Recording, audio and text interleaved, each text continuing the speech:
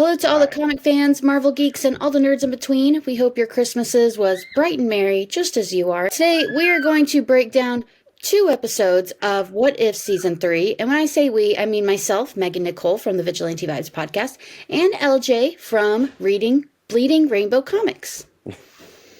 You're a mess today. I'm a mess today. Merry Christmas, everybody. We are back to review 2 episodes of What If Season 3. Episode 4 is titled, What If Howard the Duck Got Hitched? And What If Episode 5, What If the Emergence Destroyed the Earth? That's right, it's a double feature, if we can make it through it. I don't know. I am worried. Do you want me to do some reading? I got it. I don't know. I think Christmas just, ruined me. Deep breath. All right, so to get to it, we're going to give you a little breakdown. Then we'll tell you our thoughts. Starting off, after meeting at Thor's party in Season 1, it's revealed that Darcy Lewis and Howard the Duck got married and gave birth to an egg. Because why wouldn't they? All thanks to their date over half-price nachos in Las Vegas, where they also got married by an Elvis impersonator, might I add. Living on Earth where humans and aliens have now found a way to coexist after Party Thor's antics, the Ducks are invited to stay aboard the Grandmaster's cruise ship, though it's quickly revealed to be a ruse so he can eat their unhatched child. Once the Ravagers steal the egg, Darcy and Howard learn from S.H.I.E.L.D. that it's believed that their baby holds cosmic power and significance as they were born on the day of the Convergence. Even Nick Fury and Phil Coulson fear what could happen to the universe if the egg falls into the wrong hands. Taking the egg from Yondu, Caecilius and his zealots... Caecilius. Jesus, and his zealots enact a ritual to turn the child into a host body for Dormammu, only for Darcy and Howard to interrupt the ceremony, followed closely by S.H.I.E.L.D. and a force of Skrulls. Escaping with the egg, Darcy and Howard hide out in Jotunheim, which frost giant Loki is trying to turn into a destination ski resort.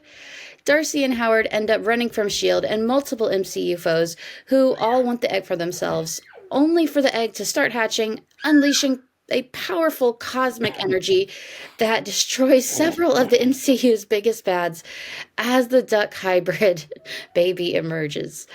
S.H.I.E.L.D. decides to trust that Darcy and Howard can take care of the powerful baby themselves. What did you think? So, this week in fan fiction gone wild. As soon as this episode started, it clicked for me because one thing that I've been super excited for this season was Natasha Lyonne's character, the bird person. Mm-hmm. And so I looked over at Wynn and I was like, how much you want to bet this stupid egg is Natasha Lyonne? And then at the end when Darcy was like, oh, our birdie. And I was like, damn it. That's the name of the character that Natasha's playing. Oh so my God. That's an interesting reveal that Natasha Lyonne is the daughter of Darcy Lewis and Howard the Duck. This was the most what if episode I've ever seen in all my days. I think we're all kind of wondering, so Darcy and Howard did it somehow. And she birthed an egg without cracking the egg. I just need some specifics, I guess. I think Darcy would, out of all the people in the MCU, Darcy would probably be most willing to give you all of the deets. I know. I really need to ask her because there's so much that happened in this episode. So many weird things. It's first of all, Howard the Duck, you seem like a smart duck. And you thought the Grandmaster was really just going to let the parents have a night off and watch your child for you. Come on. Listen, you out of all people know that if free babysitting is offered, you at least consider it, no matter the stakes. Not by robots. At that point, you kind of give yourself pause. You're like, whoa, wait a minute. Oh, see, that's where we differ. I'd be like, you know what? I'll take my chances. Bye. I'll pick you up later. I have no human children. It's It's not for the weak-hearted, I will say that. I think my kids could break a robot pretty easy. But I thought it was a really fun episode. It was very strange. At one point, I got annoyed at Darcy's voice. Every time she said, Howard, I was like, oh my God, Darcy, shut up and do it yourself. Well, also it's because Kat Dennings also has, me and her have the same curse. We have nasally voices. And after a while, great that I'm in media and that we both are. But after a while, you hear the pinginess in the voice, and no matter what she says. But I love her, and I will willingly put up with it every second that she's on screen. But no, that's where that irritation comes from. It's because both of us have very nasally, pingy voices.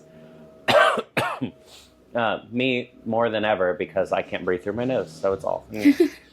But I don't think it was the nasaliness. Complainy. It was just the yell. Like, every time she said something, it was a yell.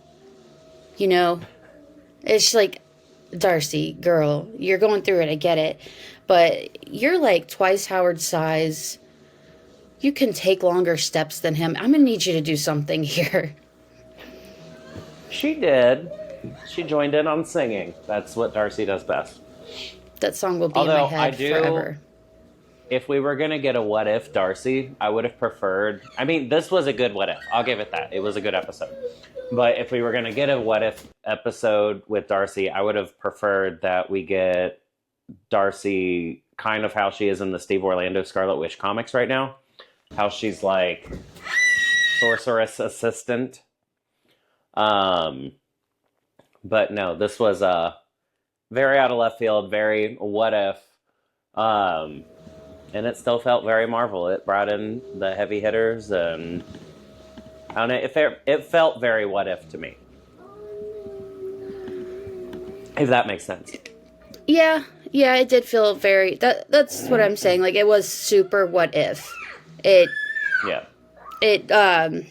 had all the randomness, I didn't never think this would ever happen. But yeah, it was a good episode. I'll give them that. And what if it did? I mean, I really enjoyed the episode. I think it was different, and I will take any excuse to get more Kat Dennings in any project. It was definitely really weird, but I think that it was done well. And it was quirky, goofy, everything that it was supposed to be, given the writing of the episode. So what would you give the episode out of 10? I'm going to say this one was a 7 for me. I would say 8. All right, let me get that down really quick. Since I've been recording these. Same score. That would be illegal. All right, so you said 7, and I said 8. Okay. All right. I think fair.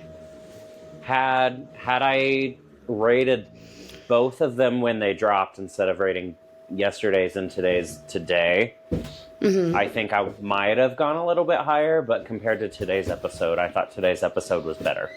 So I think that's why it got drugged down a little bit. I get that. I think I'd happen to agree with you. Speaking of what if, Season 3, Episode 5, titled, What If the Emergence Destroyed the Earth, which came out today, a much more serious episode. But it had my girl Riri Williams in it, who I adore so much. So I'm so excited she was in it. No, I'm super happy about Riri. I feel like this was necessary before Ironheart comes out to kind of palate cleanse the character for some people. And if you don't like Riri after this episode, you just don't want to like Riri, because she's done very well. Dominic Thorne is doing a great job. I actually think she did a great job in Wakanda Forever with what she got to do. But no, I think that this episode was important in setting the future, kind of like how we talked about how they're really focusing on Red Guardian and people that we're going to see in the future. I think that this was another one of those episodes. And then also seeing White Vision after WandaVision was nice, because it happened for a blip of a second and then we never saw him again. So I'm excited to see more Vision, and I mean, leading up to Vision Quest, again, they're setting up their people, and it makes me excited for Ironheart, because, I mean, it's one of those shows you're not necessarily that excited about until you see what they're doing. Like, I still don't understand where they're going with the show. I haven't seen enough. But this got me excited for the Ironheart show, because if she's anything in that show, like she is in this What If episode, I think she's going to be a really good character. Like, I need Riri, White Vision hybrid in the MCU. That was sweet. I agree. There are two characters that shouldn't go together, but they went together really, really well. Riri, I agree. If you don't like Riri now, then there's nothing you can do. This was such a good episode for her. I'm so glad to see Dominic Thorne back as Riri Williams, because we have all been waiting for Ironheart, the show, for so long. So has she. So has she. That poor girl has just been... I feel bad. But it's like, I would really love for my career to take off, but none of my projects will release. So, oh, it is so sad. They're just one weird thing with her. was getting Quentin Beck back, but having him very like end of life Darth Vader-y instead of looking like Quentin Beck. That was an interesting choice, but I thought that it fit. I don't know. I think that I like what they did with this episode. I like who they brought in, and none of them overshadowed Riri, which was good. It showed White Vision could kick ass. He didn't take names, though. He didn't care about any of them. And with Quentin being like Iron Man light in the science department, it is believable that he could do all of those things. And him and Riri were a weird pair, but they made a lot of sense going together. And so that's something you would never get in the MCU, most likely. So I think that this episode was a perfect example of What If. And since The Watcher was in it so much, it really felt like it fit in this show. I agree. First of all, that was not Jake Gyllenhaal's Mysterio. I wonder if they couldn't do that because that was a Sony movie. Really good point. Yeah, I wonder if they had to make it a different Mysterio. I don't know, because they've used Spider-Man in What If before. That's true. And, I mean, his suit was different, but yeah. His face looked similar. They wasn't voiced by Tom Holland, but... No, they tried their best. But Mysterio was... They had no right to make Mysterio as creepy as they did. But it fit very, very well. White Vision was just an asshole that entire time. So Listen, he doesn't have feelings anymore, okay? Give him a break. He has some feelings because he was so mad. He hated her. But it was pretty dark for her to put on the Vision suit, skin. You know what? It makes more sense if I actually explain what happened here to some who do not watch it. Okay, let's do that. It is revealed that Riri Williams Ironheart is the last best hope in every variation of this dark new reality, but that she fails every single time. God bless her. Riri meets with Sharon Carter's power broker, who sells her an easy bake oven, which will help her build a new weapon. Attacked by White Vision in a collection of iron legionaries, though some are only holograms, Riri is rescued by the Resistance, General Ming-Na, Okoye, Wong, and Valkyrie. Atu reveals that Tiamat emerged well before the Eternals could become, the Eternals, to stop it and break the Earth in the process. Mysterio used the chaos to take over Stark Industries and rule the world using his hologram tech and his Iron Legion, creating a new Iron Federation led by his enforcer, White Vision. Nearing his final days, Mysterio wanted to ensure that the Resistance fell before he did, sending White Vision to annihilate them before he died. With the Resistance help, Riri builds her weapon, kills White Vision, which was awesome, though she and those who saved her are the only members of the Alliance left. Turning White Vision's synthesoid body into a new suit, Riri becomes half human and half synthesoid. allowing her to see Mysterio's illusions, and she can identify what's real, what's not, but temporarily, of course. Mysterio ultimately gains the upper hand after killing the last of the Resistance and nearly kills Riri, wanting to take her suit to prolong his life. Atu intervenes, encouraging Riri to keep fighting. Riri stands up and phases through Mysterio, taking his nanites and defeating this dystopian dictator before generating a giant Avenger symbol in the sky to bring hope to those who still live on the broken earth.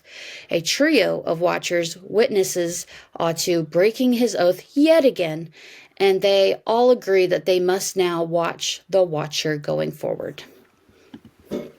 I really liked how they did his holograms this episode, because that was one thing that I was kind of keeping track of is, okay, are we going to do any like mind trick stuff, or is it just holographic projections of the Iron Legion and turrets and stuff like that? And so I like how having it to where she never left the battlefield, everybody's actually dead. Like, also, Dominique Thorne did a really good job voice acting this episode. She did. Like, you know how difficult it is for a voice actor to do all of the, like, awkward screaming and crying and stuff? Like, it's very difficult. And I do wonder if she has any voiceover work, because you could not tell it was her first time. Like, she had skill. I agree. She really knocked it out of the park. I think she really showed that she can kill voice acting. She can nail regular acting. We're all sleeping on her, and it's just not fair, and I'm here to say that I will stand for none of that. But this episode, they did not have to show Okoye dead so many times. I think it was like Yes, 2 or 3 did. times. It was 2 or 3 times, and I was like, but the others were just like a blink. With her, it's like this face will stay in your head forever. I think that was the one where she would be able to relate to the most. And so we were showing, this is what you could be. You're going to be dead soon. And I don't know. I think of all of them, I think us seeing Okoye dead would have been the most impactful of the rebels. Like, I've already seen enough dead sorcerers in Multiverse of Madness. We needed something different. And seeing, I think, the toughest one, especially being Okoye and being a Wakandan, Dora Milaje, I think seeing her fall would have been the most impactful, so it made the most sense. That makes sense. Plus, we saw Okoye and Dominic Ironheart together, so it was like they already had that kind of relationship.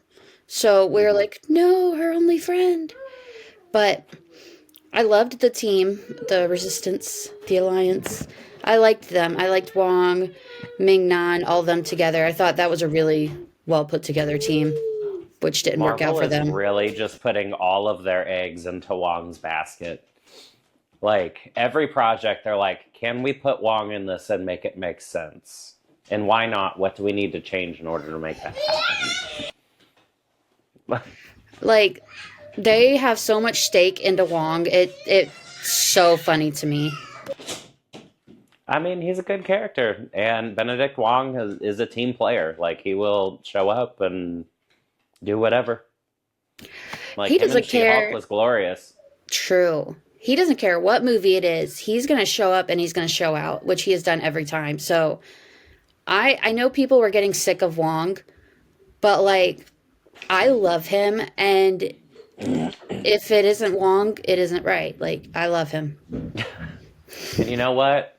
Boy's getting paid, so you know what? Good for him. Right. Let the man earn his money, giving us good content. Who cares? We're good. Say, this is like all he does. Let him get some paychecks.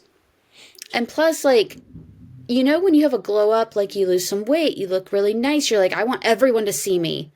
That's what he did. He had a glow up, and now he's like, everyone look at me. And I think that it is so relatable. I love it so much. I say I'm ready for my post-Christmas glow up. We got to lose some of that December weight now. I feel that, yes. The hibernation weight. But That's not like Wong. in the last month, my Santa cheeks have really been jolly, we'll say. My contour has had to be a little darker this time around, so it's like, whoa, calm down, Megan. No more candy canes. Oh, it's fine. Maybe I'll age into my David Harbour phase. People seem obsessed with him. That's a good phase. I don't know why. He's just so freaking hot. I don't get it. I don't. And I think he is, and I just don't get it. So we need to do a co-interview with David next. Probably. I think that's the best thing we should do. But Start a petition. I'd love to get his opinion on What If, because it's just so random. And his episode was so random with Bucky. So it makes sense that we go that route. But this episode, what would you give this episode? You said you liked it more than the predecessor. Yes, I would actually give this episode like an 8.5. Oh, wow. Yes, I'm rating it higher than the Agatha episode. Shocking turn of events. All right, 8.5. I think I just really like the concept. It was simple. They stuck to it. It wasn't too far-fetched. It was one clear concept that they really went through, and they really made it cool. And what they set out to do, they accomplished it. And so they had a clear vision. They did it. It was great. That's fair. I'd say like a 7.5. 7.5. I think they did really well. No, because that twist at the end with them watching the Watcher kind of ups it for me. I'm going to say 8.2. There we go. We're not even in the 0.5 spectrum now. We're in the 0.1s. Well, but I was going to say, the thing I like about it, other than all of the good stuff within the episode, is that it ties it into the actual What If storyline. And so, like, we don't know who all of these people are going to be in the finale and all that kind of stuff, but it's clear that ultra superpowered Riri will be. Because we have 3 episodes left. What If 1872, which I don't really see that pulling anything back in. But then What If the Watcher disappeared, and just what if. And so I enjoy the short What If episodes and all that good stuff, but I more enjoy how they all get kind of strung together in the overall narrative that it's trying to say. And before this episode, we really didn't have too much of that, at least hinting, going forward. But now we finally got it, and I'm like, yes, we're finally there. Get me there. Because I'm impatient. I get that. I'm very curious what the last episode will be, but Marvel is so good at keeping the What If content secret. So we don't know. What if the Watcher disappears? What if the Watcher disappears? I don't know. He doesn't do anything. I guess he did this episode, so. Well, the nice thing about What If for me is that a lot of the other Marvel content, I obsessively watch trailers and I obsessively theorize. And this is just one of those that I kind of let lay under the radar and I experience it as it comes. And so that's why I kind of like What If, is because it is lower stakes. I'm not as obsessive with it. And it's all of it's new. Like, I didn't even realize Howard the Duck, like, that there was any type of egg happen. Like, there's stuff, if you look close enough in the material, like the poster that they list all of the episodes, there's a very huge, clear picture of Riri as wearing White Vision's stuff. And I didn't even look at the picture close enough to do that. So it's stuff like that, to where, like, nice little surprises. Oh, that's neat. I like that. Or I like what they did there. And so, I don't know. That's why I like What If, is because it's just completely, it's supposed to be brain rot. Unhinged. It's so unhinged. Yes. Like that Howard the Duck episode. It doesn't have to always make sense. No, and it usually doesn't. I'd say this one didn't make too much sense, just because we don't know where it's leading to. And I think it was there to show, like, the Watcher, he's in some kind of trouble. With He's over it. Howard the Duck episode, that was just to introduce Birdie, which is a new exclusive MCU character, which I like. I mean, Natasha Lyonne is in Fantastic Four. It's unknown whether or not she's playing Birdie or a different character, though. So that's what me and Lynn have been going back and forth on, and who she's playing. And I guess we'll have to see that episode. I am assuming it will be one of the last 2 episodes, because on this poster we still have Captain Carter, we have Thor Storm, and Cohorty, all in that Natasha Lyonne episode. So I'm assuming the last 2 episodes are going to be bangers, just because I want to see all of these things come together. Yeah, I don't quite know what's going to happen in tomorrow's episode of, what is it, 1872? Or 1782? Yes. Oh. 1872. I don't know what it's going to be, but it just feels so oddly placed. Yeah, I was going to say, now that we've seen 5 of the episodes, I would have 100% changed the order of the episodes. So I actually would have had What If the Hulk Fought the Mech Avengers today, the day after Christmas. And so that way you build up like enough goodwill up to it, and you're like, oh, it's the day after Christmas, the weakest episode, like, because the one that is on Christmas should be a big one. So I actually would have put the Mech Avengers one today, and I would have probably done the Red Guardian Winter Soldier one first. That's not bad. I think I would have put Darcy and Howard's first. Just kind of let that build. That was your Christmas miracle, their baby. But I didn't watch it on Christmas. I didn't have time. That's fair. Listen, Megan, that's on you. I know. But no, I was saying, because the Red Guardian Winter Soldier one is the most like dude bro Marvel one, so I figured that would be the one that would catch the most people's attention to want to keep watching. Unlike Mech Avengers, but yeah, that's just, I'm still mad about that episode, but I'll get through it. Well, we'll persevere as long as they bring Monica back in some meaningful way. True, we still have to see her and Captain America. Oh, this next 3 episodes are gonna be packed. Yeah. All right. I was gonna say, and is there anything even on this that indicates the old-timey one? Is that the one where it's Kate Bishop and Shang-Chi on horses, maybe? It is. That would make sense. Okay. Then I'm excited for tomorrow's episode, because I will take any Haley Seinfeld that I can get. I agree, and Shang-Chi. So, that is our reviews for both episodes. Stick around for this next few days, 3 days, I think. Yes. As we review each and every episode of What If Season 3, wherever you're watching this or listening to this episode, be sure to click that subscribe button so you don't miss any of our reviews or all the exciting content in between. LJ, where can we find you? You can find me everywhere but Twitter, because Twitter sucks. You can look up Bleeding Rainbow Comics on YouTube and Facebook and branch out from there. Those are our 2 big ones. So Facebook to tell about what's happening on our comic space and our YouTube space, and then YouTube for our media presence. So yeah, Bleeding Rainbow Comics. Come find me, but not in a creepy way. Definitely not not in a creepy way. Whichever. Hey, a view is a view. True, a follow's a follow. We're good with it. So you can find me everywhere by searching Vigilante Vibes Podcast, or make it easy, you can just check my website, vigilantevibespodcast.com. Thank you for tuning in, and have a marvelous day.